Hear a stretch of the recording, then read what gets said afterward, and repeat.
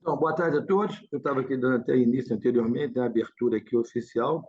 Me incumbiu o desembargador Petra, né, presidente do IMB, de substituí-lo nesse evento, se assim serei capaz de fazê-lo, mas é muito fácil dirigir uma mesa, né, dessa qualidade, né? Doutor juiz federal Fabrício, doutora Andresa Basílio, doutor Genilton, doutora Vanessa, de Teresópolis, advogada atuante, está ainda por chegar o doutor Rubem Viana, brilhante juiz, para tratarmos dessa matéria tão delicada, né, que é a nulidade do procedimento administrativo, né, que atinge a todos nós, operadores de direito, nós desembargadores, o juiz, a OAB, né, que trata com muito cuidado, né, os procedimentos administrativos relativamente aos advogados, né, e nós, operadores, relativamente aos funcionários, né, enfim. Então, sem mais delongas, desculpa a redundância, para não me alongar, eu gostaria de passar inicialmente a palavra à doutora Andresa Basílio, que representou a OAB, para também fazer a apresentação, para depois dirigir a palavra àqueles palestrantes. Muito obrigada, querido desembargador Custódio de Barros. Eu queria dizer que é uma grande alegria sempre participar desses eventos, que é uma parceria já exitosa, uma parceria já antiga da OAB com o IMB. São eventos sempre de alto padrão, eventos que divulgam a cultura jurídica, que disseminam conhecimento, e é muito importante essa atividade de magistrados e advogados de braços dados aqui, dando generosamente os seus conhecimentos, as suas experiências e dividindo com os colegas. Eu queria fazer a saudação, além do nosso querido presidente, que é o desembargador Custódio, que é um grande jurista, um grande magistrado, e muito nos orgulha de estar aqui hoje nessa abertura.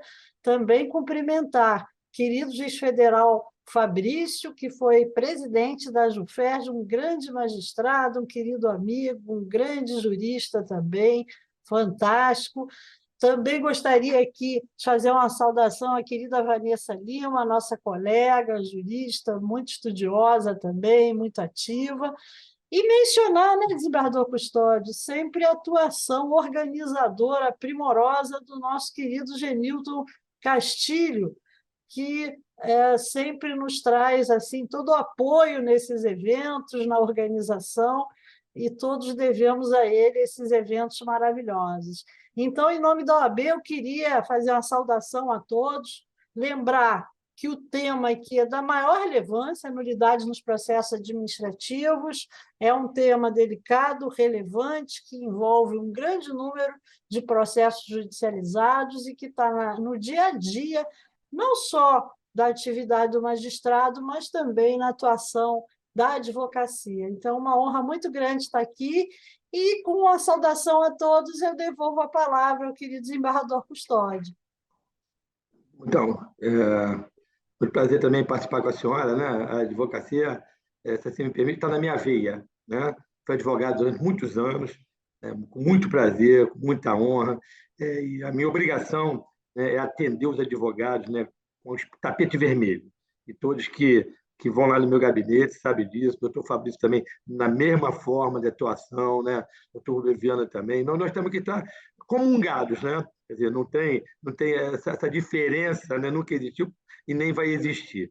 Todos nós somos operadores de direito, todos podemos saber da mesma maneira, né? Agir com a mesma lisura, com a mesma honestidade, né? Com a mesma lenheza, né? Então, é muito bom atuarmos em conjunto. Eu tenho muito prazer em servir. Eu sou um servidor público, né? Na verdade, né? O próprio nome está dizendo.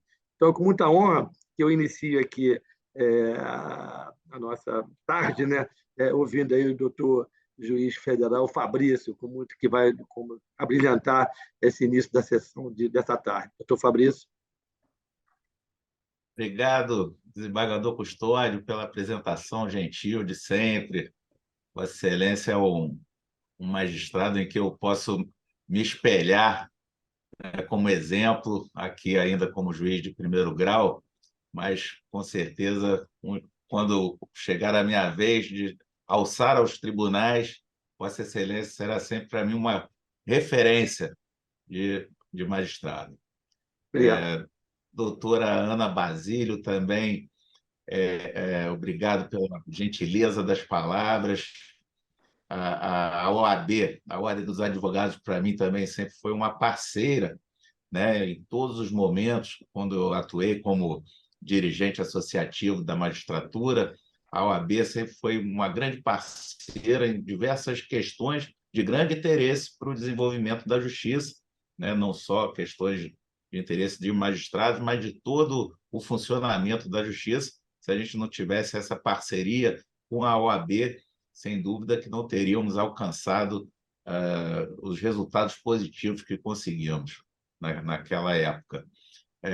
Doutor Genilton, que foi quem me convidou para fazer essa palestra e me pediu para sugerir o assunto, né, o tema.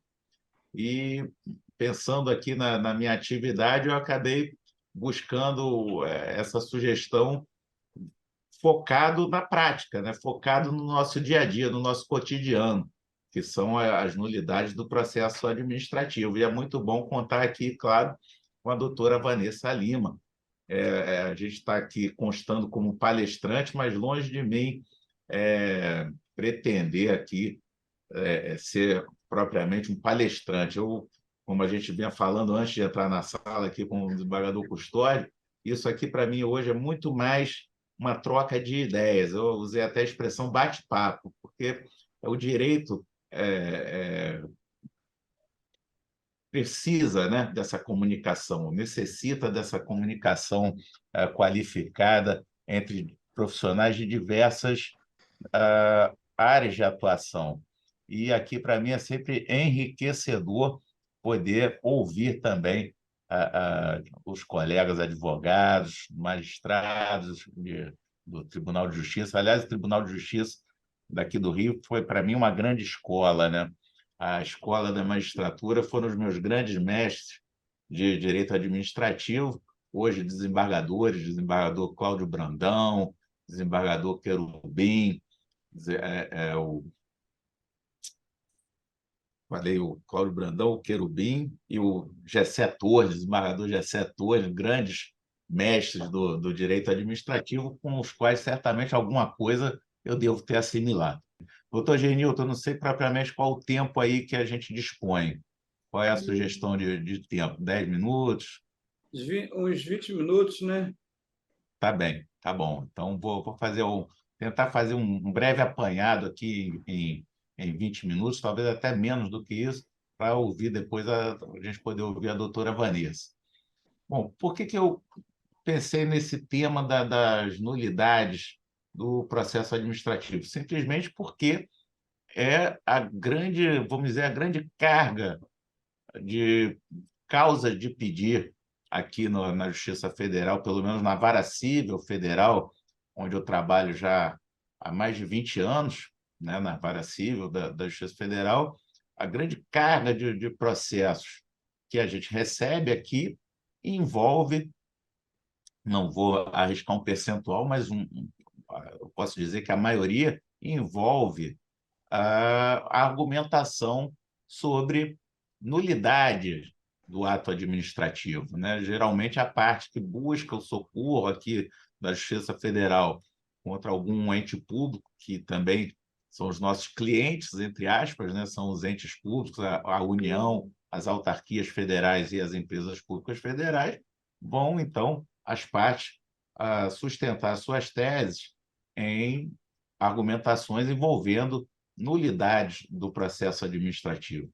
O que eu gosto sempre de lembrar, né, o que eu gosto sempre de lembrar é que a nossa Constituição da República, ela, quando trata dos princípios do contraditório e da ampla defesa, ela, no inciso 55, né, do artigo 5º, ela faz uma menção expressa aos processos administrativos. Está lá com todas as letras, vou me permitir ler, aos litigantes em processo judicial ou administrativo, né, processo judicial ou administrativo, e aos acusados em geral, são assegurados o contraditório e ampla defesa, com os meios e recursos a ela inerentes.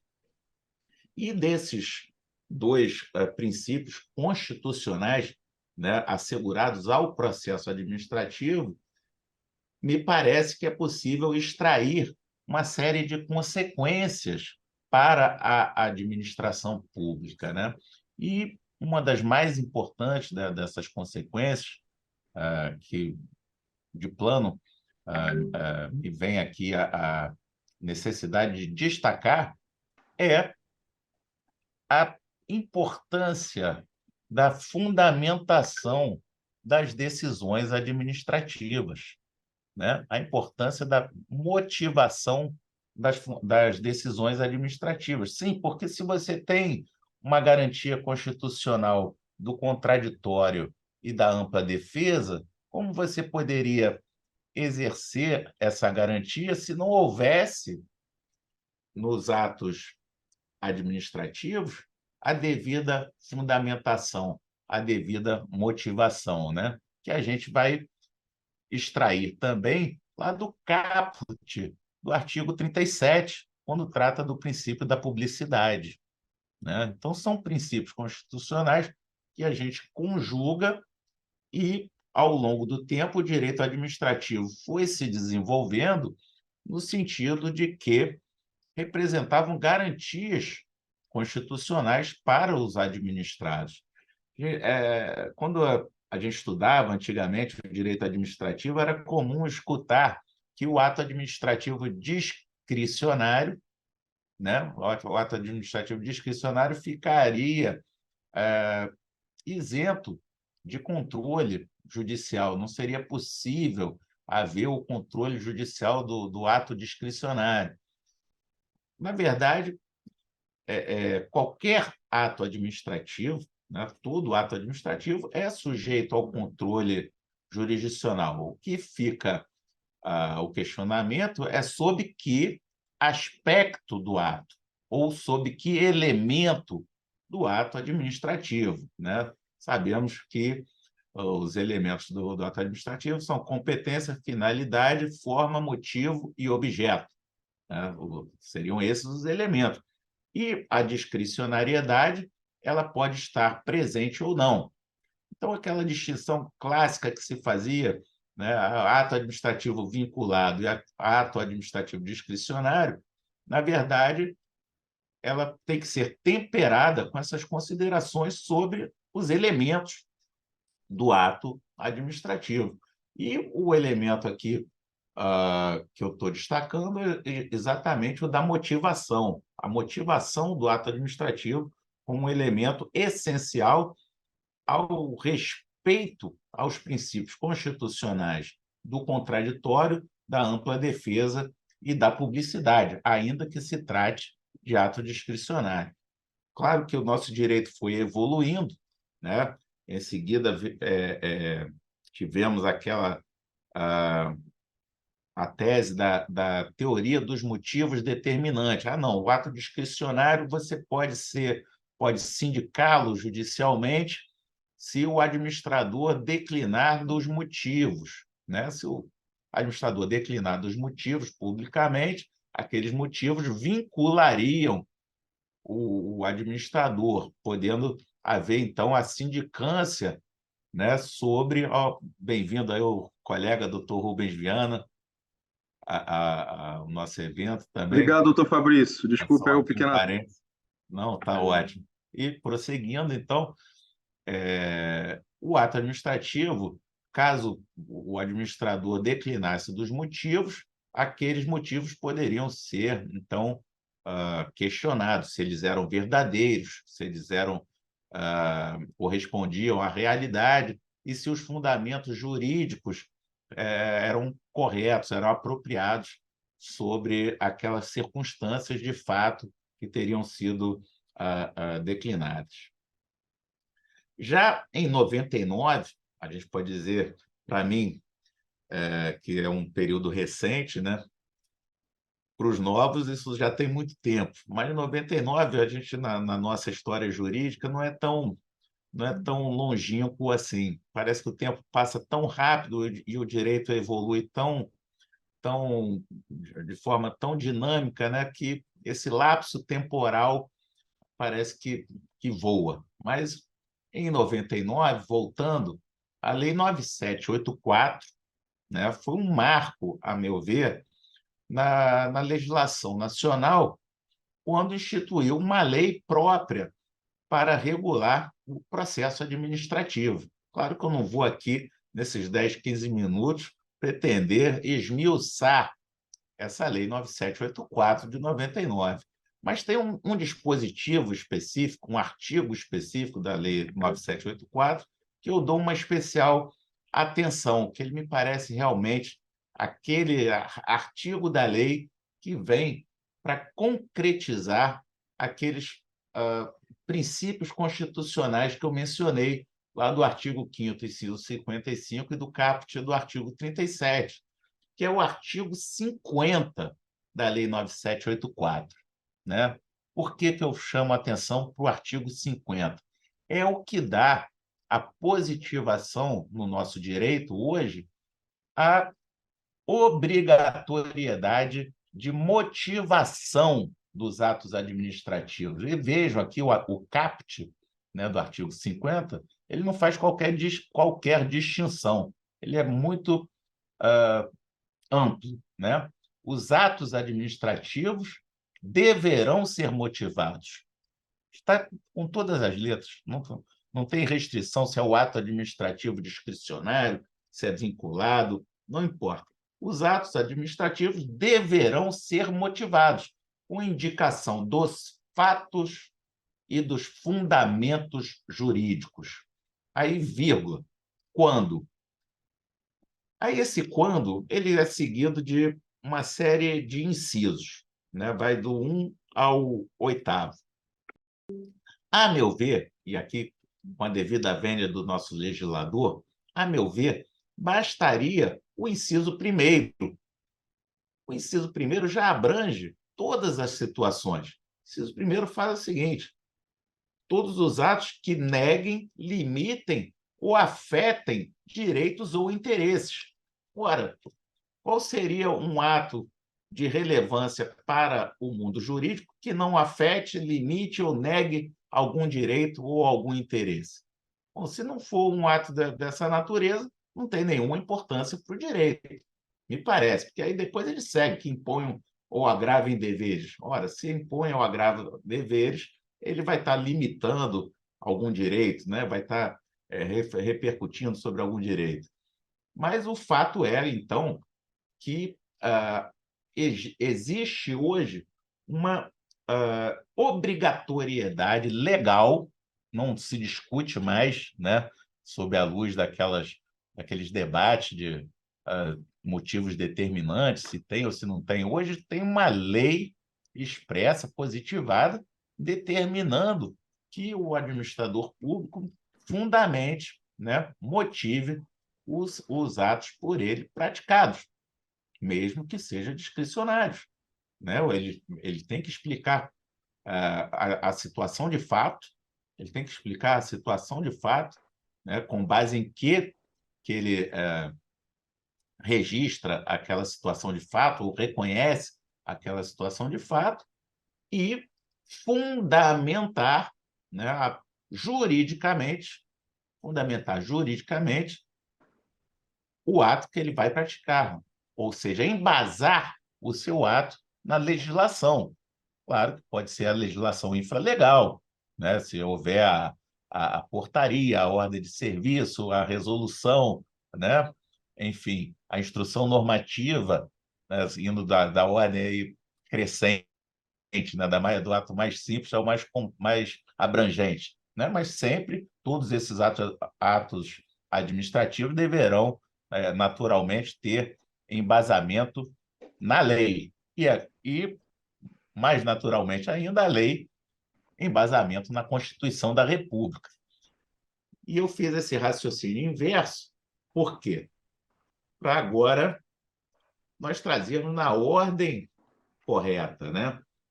Qual é a ordem correta? É o princípio constitucional, ou os princípios constitucionais que eu destaquei, da ampla defesa do contraditório e da publicidade, iluminando a orientação do intérprete, né? Iluminando a orientação do intérprete sobre o ato administrativo. Iluminando em que sentido? Para que finalidade? Para que seja possível avaliar se aquele ato comporta ou não alguma nulidade, né? Nós temos os princípios também da presunção de legitimidade, da presunção de legalidade dos atos administrativos, né? Nós não temos que também ficar buscando, né? Buscando encontrar nulidade, mas nós temos que interpretar os atos administrativos à luz da Constituição, à luz da lei e à luz da Constituição. Então, vamos supor que um cidadão, sei lá, preste um concurso público, né? Pegando um exemplo concreto, né? E isso é muito comum na justiça. Preste um concurso público e ele apresente um recurso administrativo no decorrer do concurso, ou de um processo de licitação, né? Ou de um processo de licitação, por exemplo, apresente um recurso. À medida que ele apresentou este recurso, ou seja, provocou a administração, exercendo também o seu direito constitucional de petição, que também é um direito constitucional, ele tem o direito constitucional a que aquela petição que ele apresentou seja analisada pelo administrador à luz dessa lei, 9784, desse artigo 50 e dos incisos constitucionais que eu mencionei. Ou seja, aquele clássico indefiro do recurso administrativo não pode mais existir, né? Não pode mais prevalecer no nosso ordenamento jurídico, que é baseado, como eu falei, no contraditório, na ampla defesa e na publicidade. O administrador, se ele entende pelo indeferimento, ele vai ter que, à luz dos argumentos apresentados pelo requerente, pelo peticionante, declinar quais foram os motivos pelos quais ele não concorda, né, com o peticionante em sede de processo administrativo também. Então, essa que seria, em princípio, e eu vou concluir para passar a palavra, devolver a palavra ao nosso presidente da mesa, seriam as minhas breves considerações para que possa surgir, então, um debate sobre até mesmo questões práticas, né? Sobre questões práticas na aplicação desses princípios. Claro que não podemos tratar aqui de nenhum processo em andamento, né? Os alunos, ou os advogados, ou os colegas que estão aqui sabem muito bem disso, que não podemos abordar casos verídicos em andamento, mas, em tese, podemos pensar o direito dessa forma, né? Como esses princípios constitucionais e hoje legais, por que hoje é tão importante, por que são tão importantes hoje para o processo administrativo e por que, então, essa questão das nulidades merece um tratamento diferente, podemos dizer, na atualidade, do que acontecia há algumas décadas atrás, né, no nosso direito administrativo. É assim que eu concluo, mais uma vez, agradecendo a oportunidade e o convite de todos e espero que a gente possa, então, também ter alguns debates, algumas perguntas aí para responder e ouvir também com o maior prazer a doutora Vanessa e o doutor Rubens. Muito obrigado. Bom, doutor Rubens, boa tarde. Já havia elogiado o senhor antes de eu chegar. O elogio ele é infindável, né?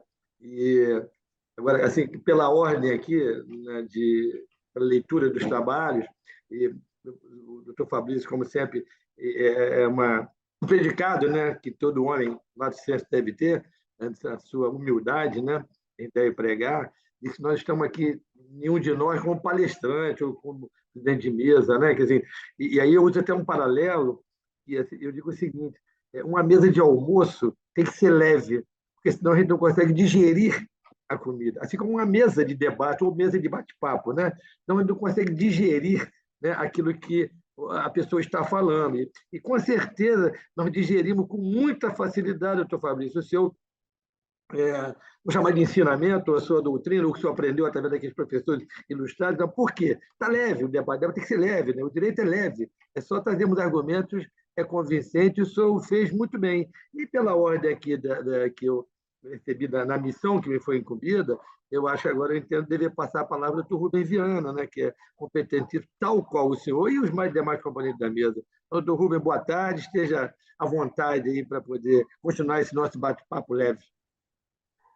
Obrigado, desembargador Custódio. Estão me ouvindo bem? Estou sim, doutor.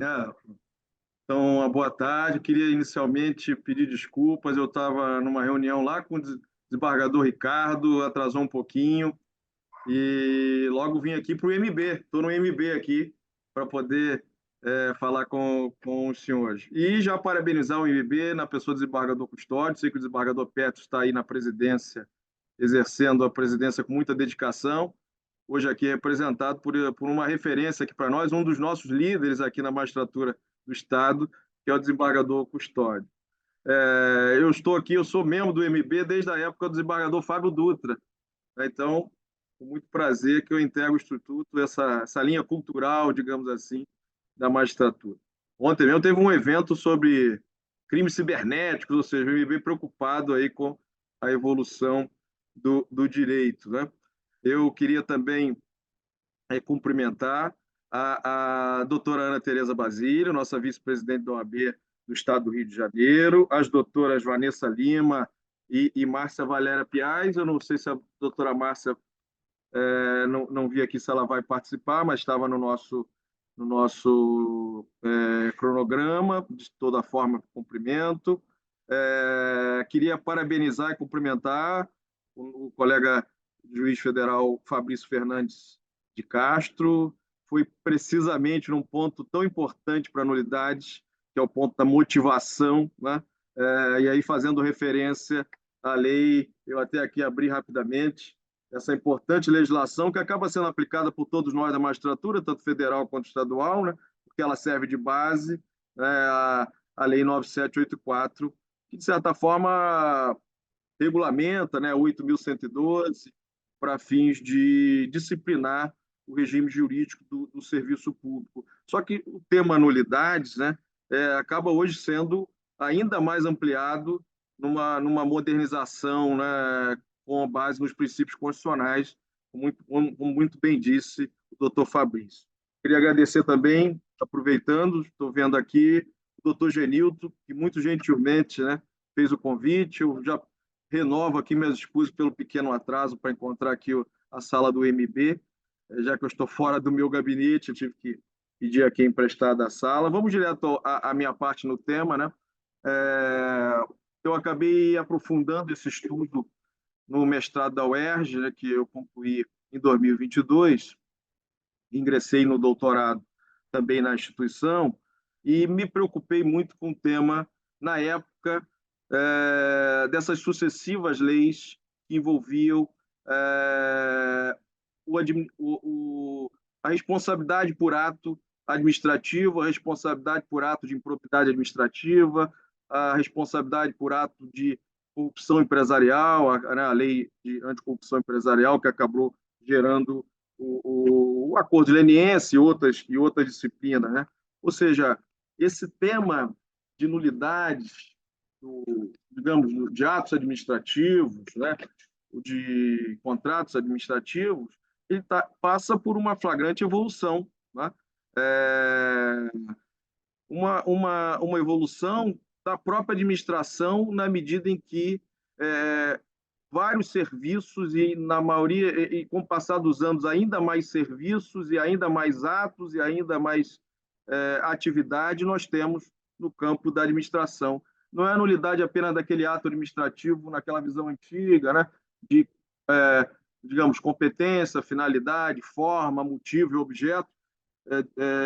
o doutor Fabrício acabou de destacar a motivação, mas quando nós estudávamos, né, ainda na faculdade, aqueles elementos do ato administrativo, hoje o processo administrativo, nessa visão constitucional, né, ele é visto, na sua maior parte, como um instrumento também de direito administrativo sancionador, né? Sendo de direito administrativo sancionador, ou seja, se eu tenho um procedimento em que, ao final, serão aplicadas sanções ao indivíduo, ou podem ser aplicadas sanções ao indivíduo, ou podem ser limitados direitos, como o doutor Fabrício falou muito bem, ser criados direitos, aí eu falo tanto do servidor público, como do cidadão que está sendo lá fiscalizado numa obra que está conduzindo, ou do contratante que participa de um procedimento de licitação, ou do candidato que faz sua inscrição no concurso público e, de certa forma, se vincula à administração e a regras de administração.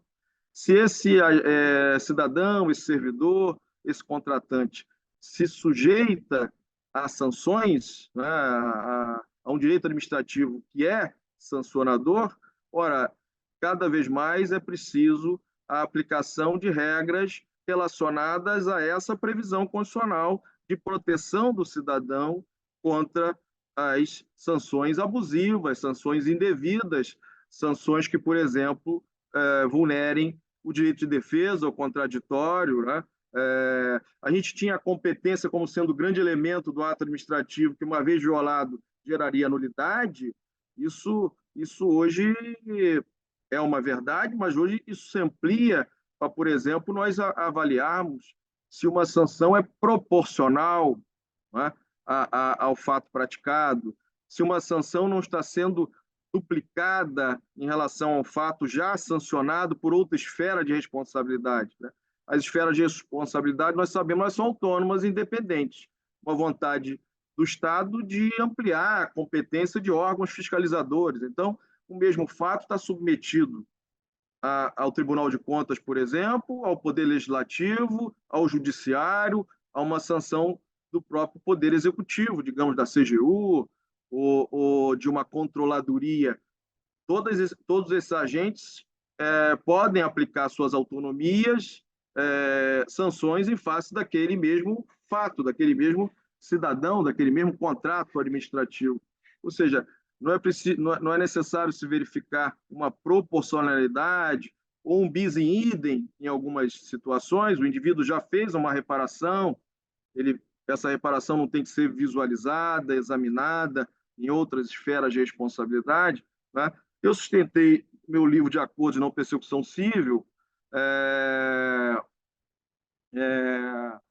essa transversalidade, a necessidade, primeiro, de uma segurança jurídica, né?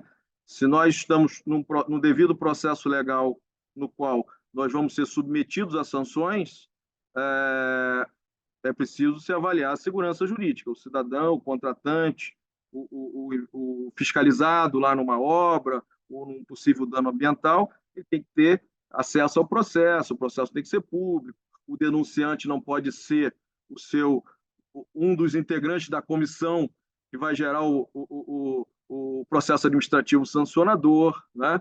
E isso é comum, às vezes, e a gente no interior vê com alguma certa preocupação. Por exemplo, o denunciante aponta uma determinada irregularidade, depois ele mesmo está participando do processo de formação daquela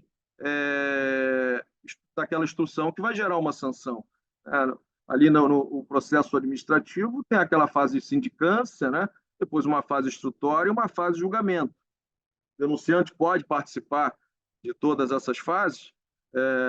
O investigado ou o servidor que se submete a esse processo administrativo não teria direito à assistência de um advogado ou de um advogado dativo, né?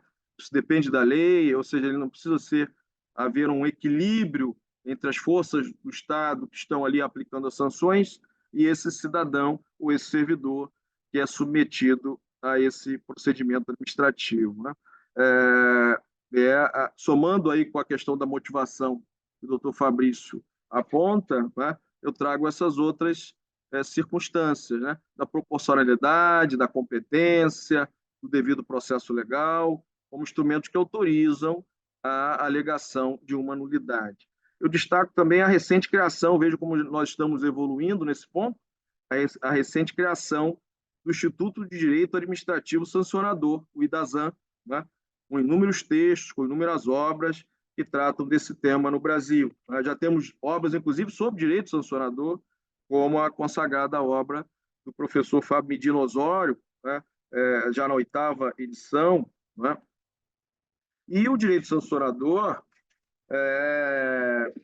hoje aplicado em diversas legislações, não só na 8.112, não só na legislação do processo administrativo, né, a 9784, nós temos a lei de improbidade administrativa, a lei do Bacen, a lei 12.846, que envolve, inclusive, o acordo de leniência e a corrupção empresarial, todas leis que concedem a um agente público, não ao Poder Judiciário, o procedimento para aplicar sanções. Né? E até que ponto esse processo administrativo deve ter as mesmas regras e as mesmas garantias de um processo judicial. Acho que nós evoluímos para compreender que, quando estamos no campo do direito sancionador, é preciso se estender às mesmas garantias que o cidadão tem num processo judicial. Né? Hoje, por exemplo, no campo da consensualidade, digamos assim, né? Uma colega até fez uma pergunta sobre a imperatividade, né? Uma das prerrogativas da administração que é aplicar as sanções de forma imperativa, porque isso deriva do princípio da legalidade. Né? A lei prevê uma sanção, a autoridade pública tem o dever de aplicar. A autoridade pública também tem o dever de apurar, né? Tem o dever de compreender que determinada conduta pode ser justificada, né? Ela pode ser uma conduta, digamos, num abandono de função, por exemplo, justificada numa enfermidade do cidadão que não pôde atingir, não pôde retornar ao trabalho após o seu afastamento, está respondendo lá por um abandono de cargo. Né? Se esse servidor público comprova que estava numa enfermidade, estava em coma, estava internado, né? Estamos aí com a justificativa que, de certa forma, também deriva da mesma imperatividade que a lei não pode aplicar sanções de forma indevida. No próprio campo da imperatividade, hoje já é comum o termo de ajuste de conduta, que lá na ação civil pública se prevê ao Ministério Público e a todo investigado, né, de um dano coletivo, a ação civil pública tutela danos coletivos, a improbidade também tutela a própria probidade e já autoriza o acordo de não persecução, mas num processo administrativo comum, geral, nós já temos a figura dos termos de ajuste de conduta, ou seja, aquele servidor ajustando sua conduta, se adequando às normas da administração, ele não sofre aquela sanção, aquele procedimento fica suspenso, ele, ao final, pode manter a sua ficha funcional limpa, pode não sofrer uma punição, como uma remoção, como uma demissão, digamos assim, a depender da gravidade e a depender, obviamente, do procedimento. Né? Tudo isso com base nesse regime disciplinar que, tanto no penal, lá no direito penal, concede alguns instrumentos de consensualidade, colaboração premiada, né? Agora o acordo de não persecução penal, se entende que, se no penal, nos crimes mais graves, eu tenho consensualidade, por que não no processo administrativo eu não poderia ter também instrumentos de consensualidade, né? Dentro daqueles elementos tradicionais, eu falei da competência, o doutor Fabrício falou da motivação,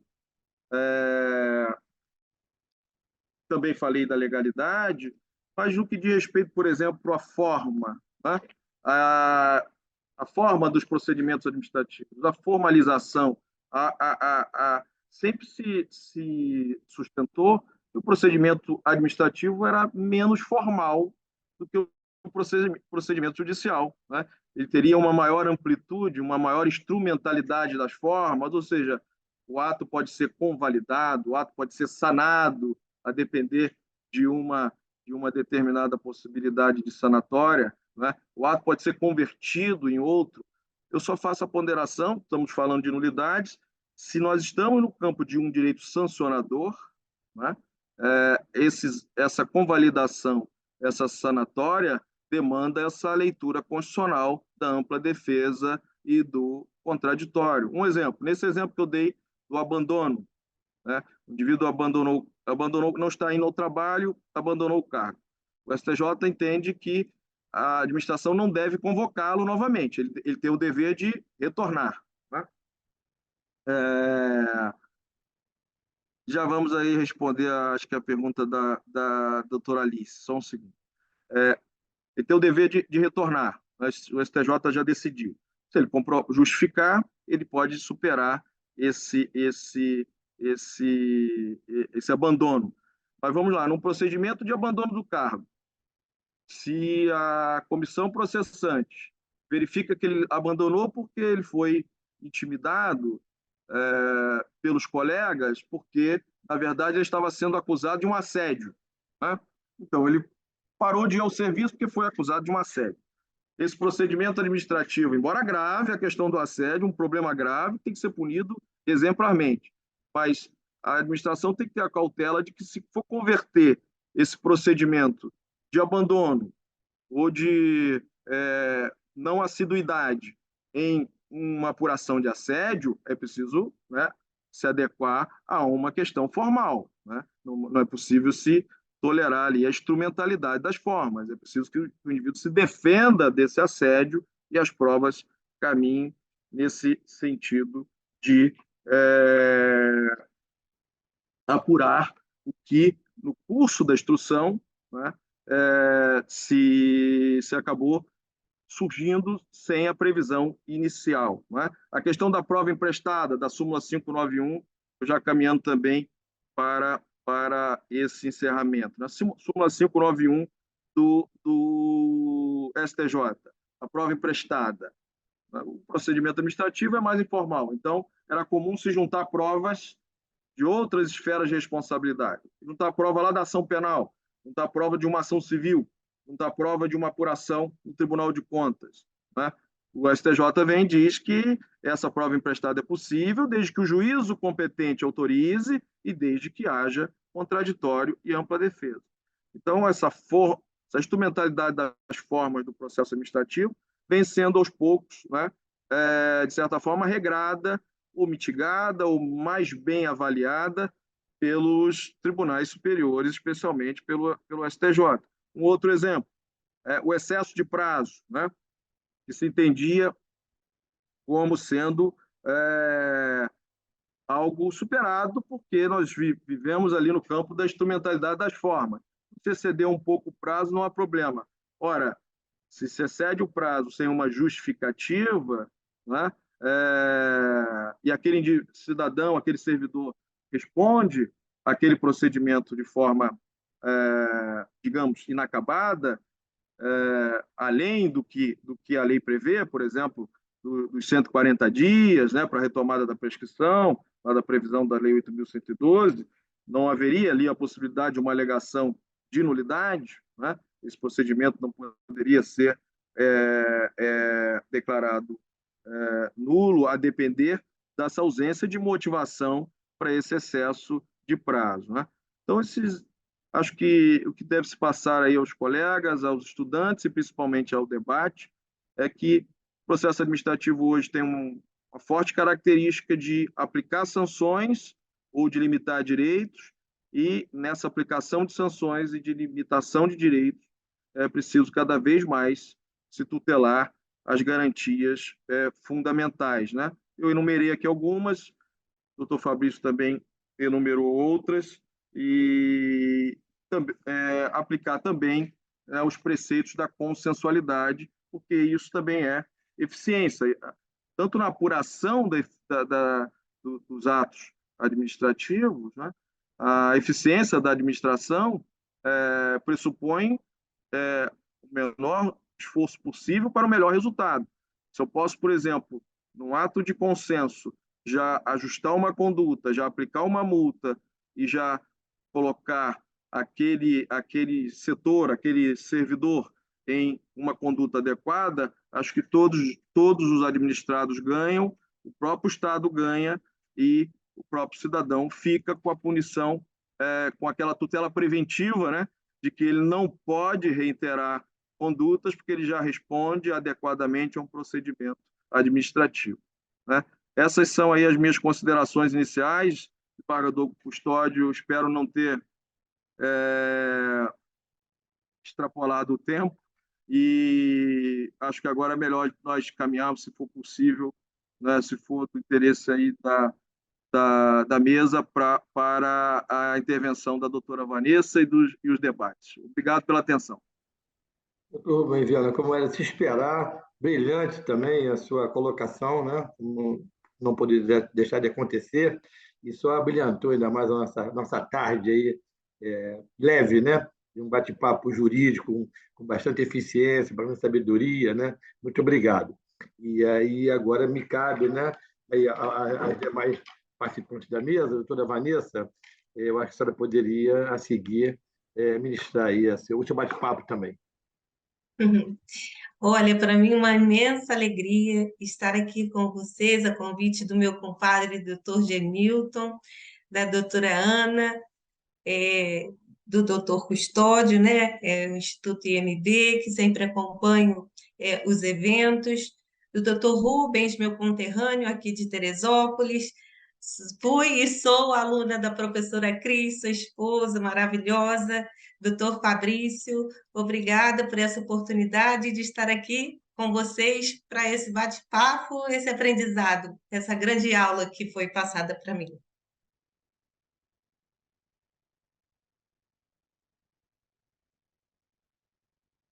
Doutor Genilton? Opa! Então, a doutora Piaz, a presidente da subseção de Três Rios, ela está tentando entrar desde cedo, mas ela está com dificuldade. Eu não sei se ela está aí.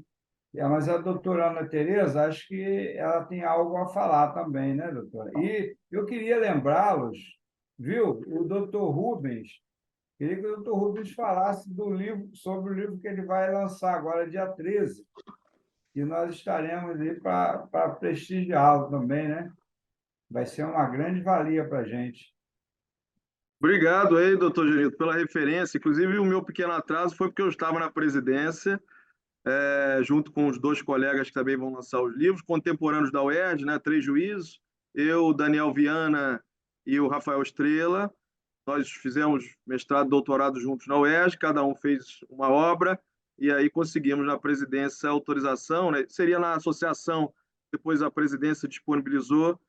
No dia 12, na verdade, terça-feira, vamos fazer o lançamento, estávamos lá para ajustar com o presidente, fazer uma fotografia, já que ele está com vários eventos aí, pelo Colar do Mérito amanhã, por eventos aí do tribunal, né? Então nós tivemos que aguardar o retorno dele.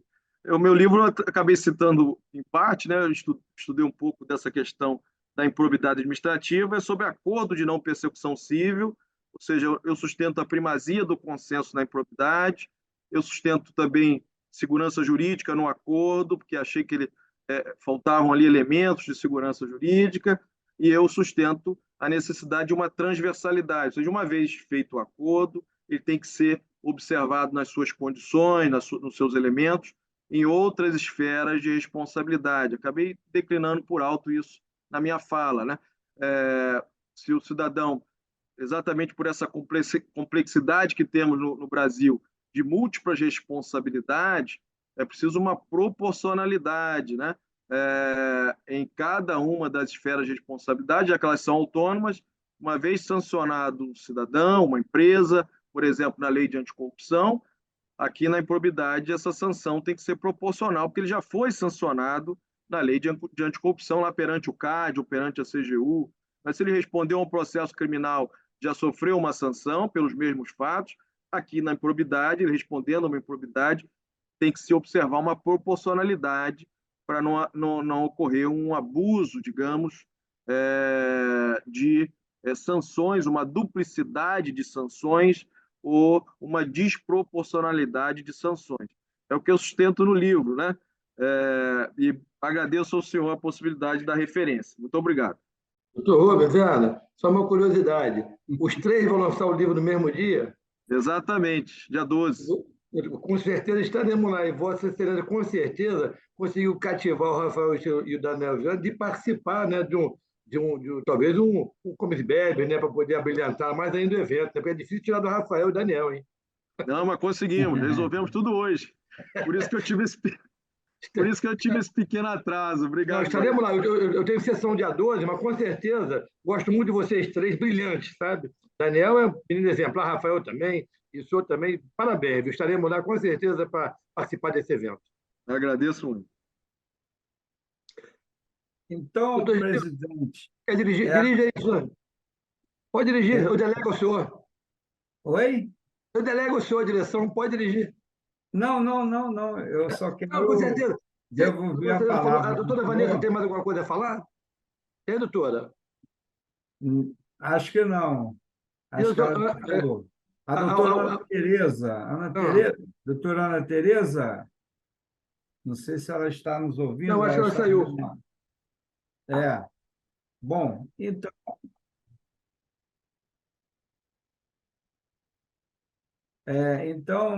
Excelência, o senhor pode terminar assim que puder. Eu deixo o meu agradecimento a todos. E, doutor Fabrício, eu tenho certeza que eu vou vê-lo dia 12 lá, no lançamento do livro.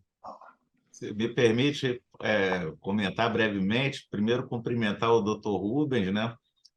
Não só pela palestra, mas pelo lançamento do livro, que muito me interessa, sim, até porque esse tema tem sido recorrente aqui na Justiça Federal, tem participado de alguns julgamentos, aqui também no segundo grau, como convocado, sobre essa sobreposição das instâncias, sobre os efeitos das decisões no processo penal, sobre a ação de improbidade administrativa, e já foram alguns julgamentos que nós tivemos aqui no Tribunal Regional Federal. Claro que eu não vou poder aqui comentar no mérito, mas com certeza será uma obra que vai contribuir muito aí para o nosso direito administrativo brasileiro, e faço questão, sim, de prestigiar. Agora, no dia 12 de dezembro, agora?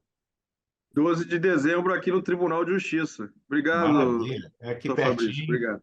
Vou dar um pulinho aí, poxa. Obrigado. Parabéns. Então, me cabe, assim, infelizmente, encerrar.